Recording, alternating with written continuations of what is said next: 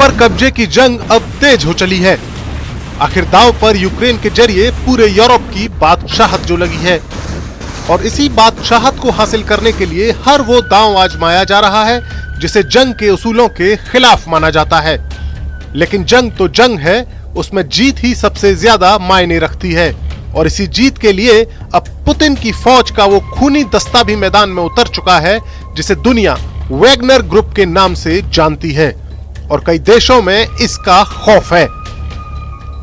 क्या है भाड़े के हथियारों का ये वैगनर ग्रुप और ये कैसे ऑपरेट करता है वो तो हम आपको बताएंगे ही, लेकिन पहले ये जान लीजिए कि यूक्रेन में इसकी एंट्री की खबर बाहर कैसे आई।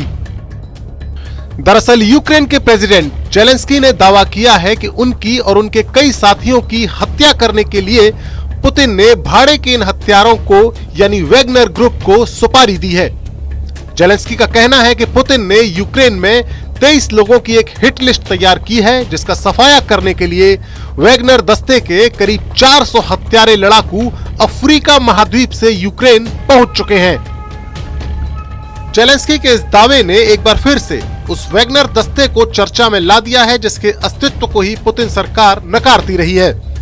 लेकिन कई खोजी रिपोर्ट्स में यह दावा किया गया है कि वैगनर ग्रुप रूस के ही ऐसे सैनिकों का एक दस्ता है जिसे पुतिन उन जगहों पर और ऐसे मिशंस के लिए इस्तेमाल करते हैं जिन्हें उनकी सेना अंजाम नहीं दे सकती। ये भाड़े के हत्यारे होते हैं जो हत्या, लूट और हिंसा जैसे उन मिशंस को अंजाम देते हैं जिन्हें पूरा करना किसी भी मुल्क की आर्मी के लिए शर्मसार होने के बराबर है। इनके मिशंस की कोई जिम्मेदारी नहीं होती। तो क्या है ये वैगनर ग्रुप और क्या है पुतिन के साथ इसका रिश्ता? माना जाता है कि रूस के बिलियनियर येवगेनी प्रिगोजिन ने साल 2014 में इस खूनी दस्ते का गठन किया था। प्रिगोजिन को पुतिन का करीबी माना जाता है और उन्हें पुतिन का शेफ भी कहा जाता है।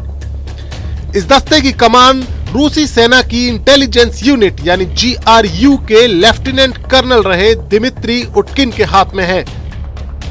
रूसी फौज का यह अधिकारी इससे पहले चेचेनिया की जंग में 2 बार हिस्सा ले चुका है और माना जाता है कि इसी की कमांड में करीब 6000 भाड़े के सैनिकों की वो खूंखार फौज तैयार हुई है जो किसी भी दुर्दांत मिशन को अंजाम देने से नहीं चूकती, बशर्ते उन्हें इसके लिए अच्छा पैसा मिले।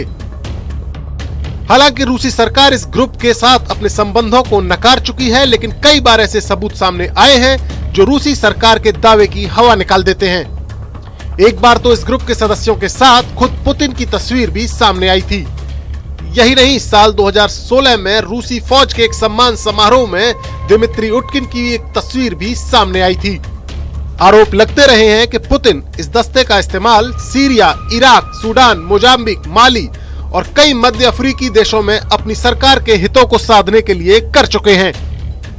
भारी भरकम रकम के एवज में टारगेटेड किलिंग करने में माहिर इस दस्ते ने अफ्रीकी देशों में चल रहे गृह युद्धों में अहम भूमिका निभाई है। ये ग्रुप अपने मिशन को अंजाम देने के लिए मानवाधिकारों के उल्लंघन करने से भी नहीं चूकता और इसकी क्रूरता किसी भी आतंकी संगठन से कम नहीं है। यूरोपीय यूनियन इस दस्ते से संबंध रखने वाले 8 लोगों पर पाबंदी भी लगा चुकी है। साल 2014 में क्रीमिया पर रूस के कब्जे के बाद यूक्रेन में इस दस्ते ने कई वारदातों को अंजाम दिया है।